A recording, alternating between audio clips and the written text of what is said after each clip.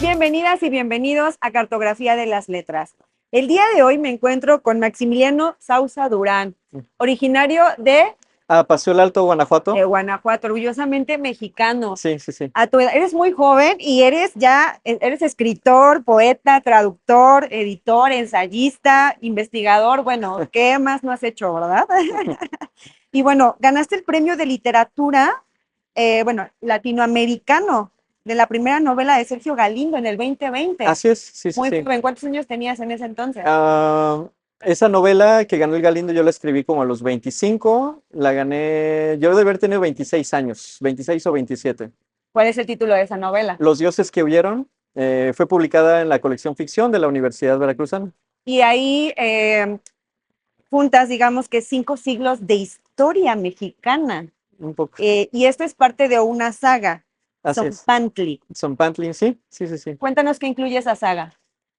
A grandes rasgos, son más o menos unas 10 novelas, que van desde la época prehispánica hasta la modernidad, atravesando diversos episodios justamente de la historia de México y de América, pero enfocándome en los personajes que no son, digamos, los protagonistas, ¿no? Por ejemplo, Los dioses que huyeron, que narra sobre la conquista y la colonia, es vista por los frailes que hacían, que hacían la evangelización y por los indígenas que sufrían, digamos, ese proceso.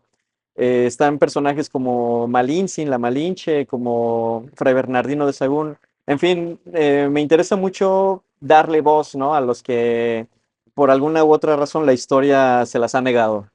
Porque aparte lo hiciste de manera epistolar. Sí, en la gran mayoría de los capítulos de la novela son especies de cartas, pero también se meten ahí de repente sueños y diarios y cosas. Pero sí, yo creo que lo que domina en esa novela es el género epistolar. Sí. ¿Y de dónde te nació el hacerlo de esa manera?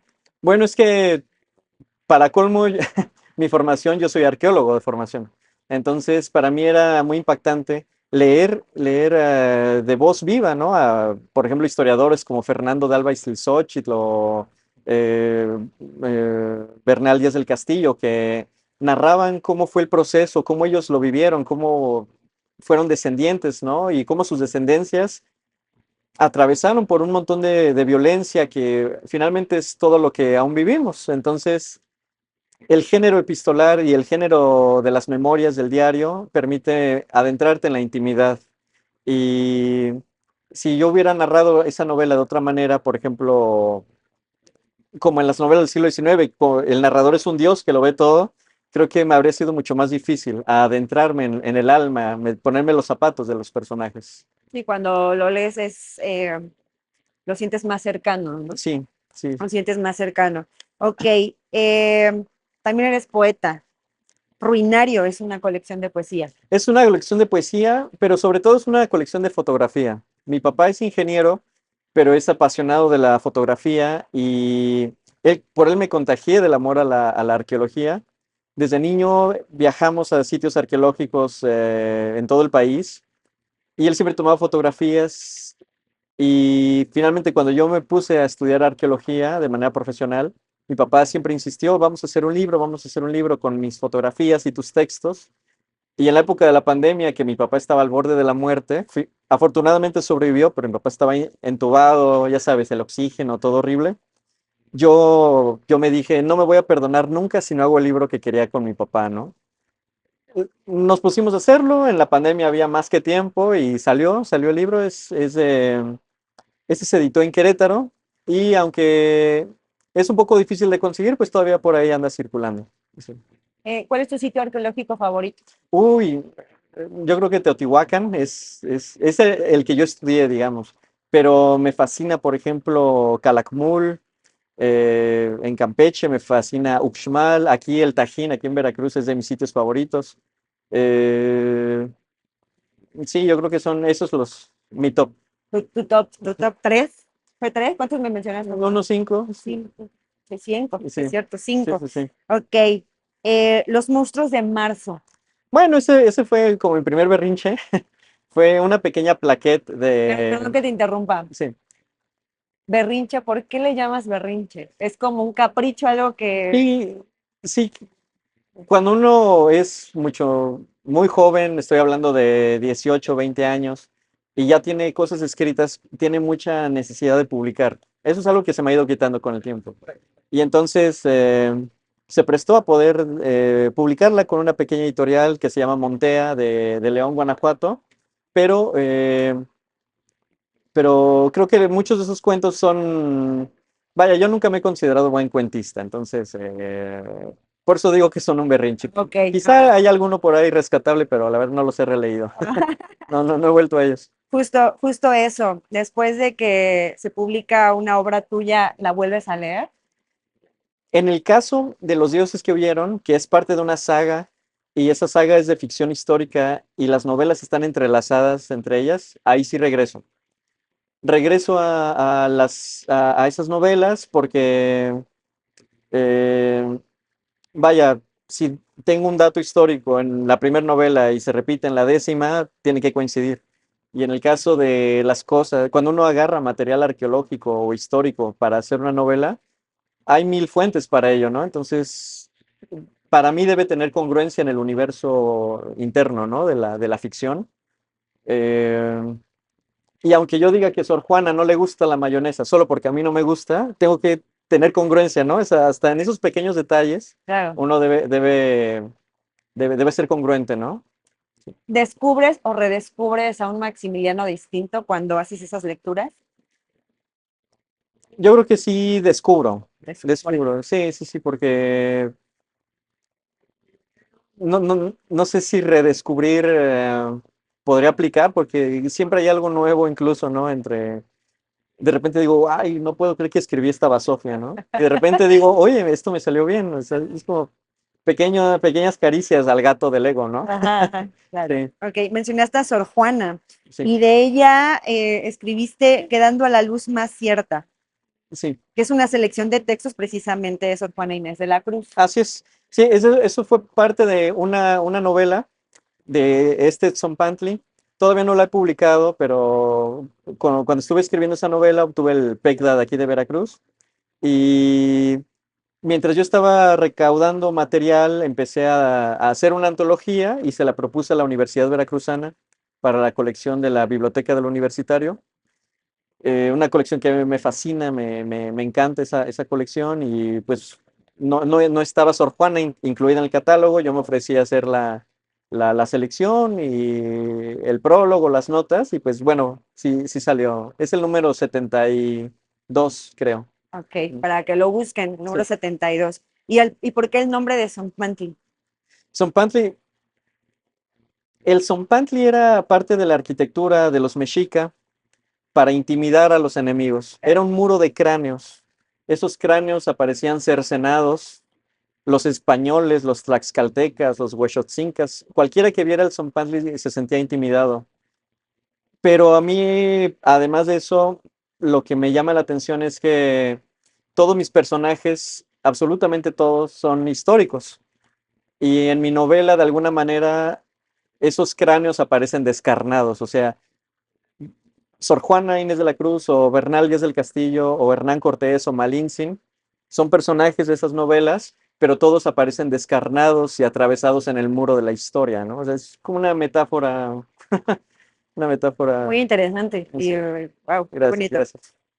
¿Cómo ha sido para ti abrirte camino en el mundo literario siendo un escritor tan joven? Terriblemente difícil, es muy Me difícil. imagino. Incluso ganando premios, las editoriales no te voltean a ver si no vives en Ciudad de México, en Guadalajara, en Monterrey. Eh, ha sido duro, ha sido duro. He tenido suerte de encontrar casas editoriales que están interesadas.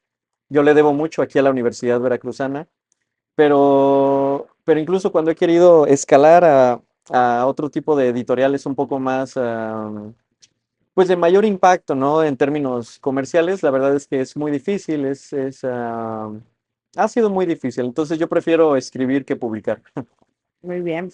Eh, en esta época de redes sociales, ¿crees que estas han sido aliadas o enemigas en tu experiencia como escritor? Wow, qué buena pregunta. Como yo soy un enemigo de las redes sociales, o sea, yo abrí Instagram y me duró un mes, y no tengo Facebook y no tengo TikTok. O sea, yo soy un monje medieval, ¿no? Metido en la caverna. Tengo Twitter, pero es como mi único contacto con la realidad, ¿no? Ha sido un aliado porque en Twitter sí he publicado y la gente me escribe directamente, pide mis libros, pero sí, la verdad, como no soy alguien movido y soy extremadamente tímido en esas cosas, ha sido una enemiga las redes sociales en ese sentido, pero ha sido una pequeña puerta para que personas de otros lugares adquieran mi obra y eso para que se está bien. acerquen a tu Así, obra y te conozcan. sí. ¿Y no has pensado justamente buscar a alguien que te lleve a esas redes sociales solamente para promocionarlo, aunque no lo hagas tú mismo? La verdad no lo he No, pensado. no lo has pensado. No lo he Ok, considerado. Sí. no te vamos a dar ideas que a lo mejor no van contigo, ¿no? Puede ser. Puede ser, puede ser. Cuando no estás escribiendo o editando, por ejemplo, ¿cuál es tu pasatiempo favorito? Bueno, evidentemente me gusta mucho leer, ¿no? O sea, yo ahí sí puedo decir que no pierdo el tiempo porque yo doy clases, soy profesor, entonces entre horarios que no estoy haciendo nada, pues me pongo a leer. Ahí es donde puedo leer en verdad, porque si estoy en mi casa, ahí sí, me pongo a ver videos en YouTube o cualquier otra cosa y ahí sí siento que pierdo el tiempo. Ajá. Pero cuando estoy en un espacio público y estoy esperando alguna cosa, incluso en la fila del banco, ahí es donde de repente sí me pongo a leer en serio, ¿no? Y bueno, me gusta mucho salir, tanto a caminar, me gusta mucho viajar, evidentemente.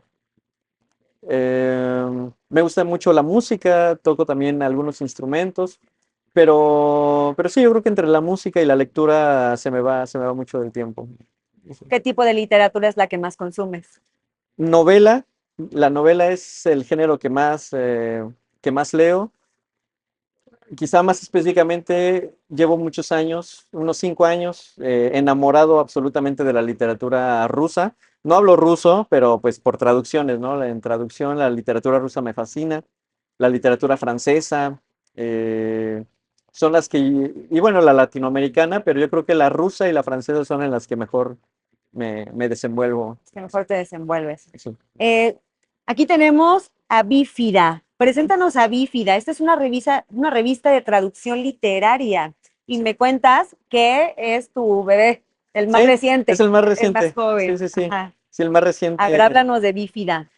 Bífida surgió como un pequeño proyecto. Al estar yo haciendo estas novelas históricas, muchos de mis personajes, por ejemplo, son de la cultura náhuatl. Y yo llevo muchos años también estudiando náhuatl. Y yo de repente veía, por ejemplo, poemas de la poesía clásica náhuatl que traducían personas como Miguel León Portilla o Ángel María Garibay.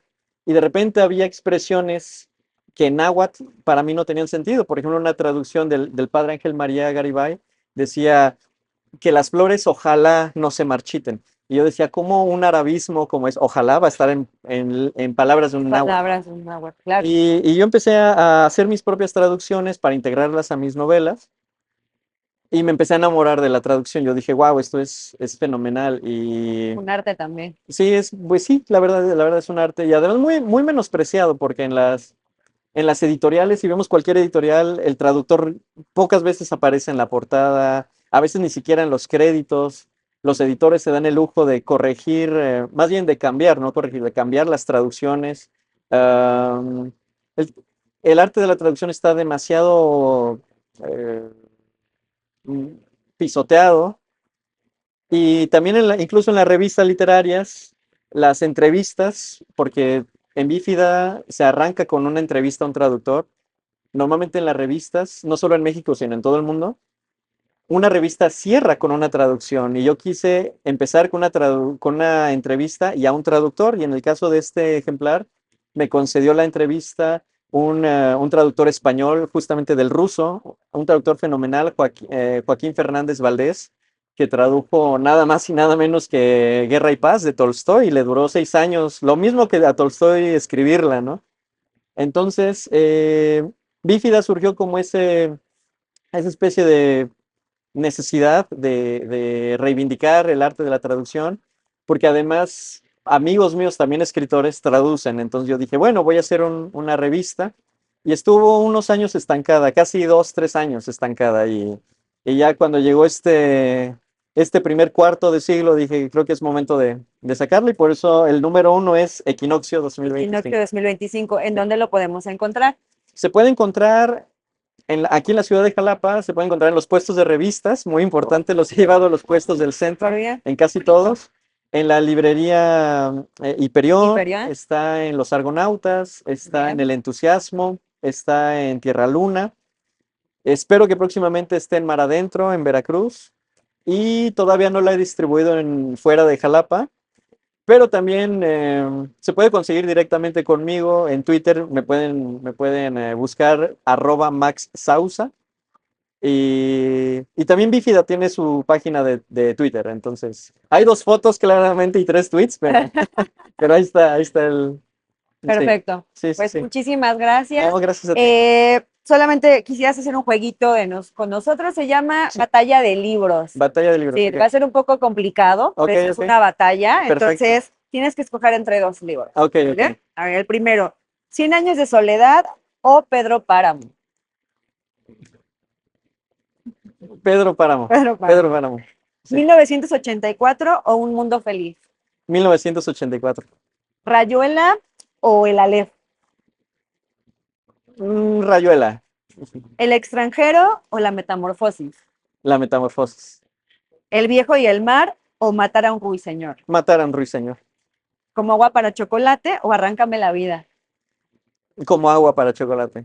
Las batallas en el desierto o La casa de los espíritus. Las batallas en el desierto. Muy bien, pues muchísimas gracias, No, de gracias, verdad. gracias a Y ti. pues bueno, gracias por ser parte de Cartografía de las Letras. Sí, Nos gracias. veremos pronto y más adelante. Hasta luego. Muchas gracias. Ay, gracias a ti. No, gracias por la invitación. Gracias a ti por la disposición también. Que has de tener un montón de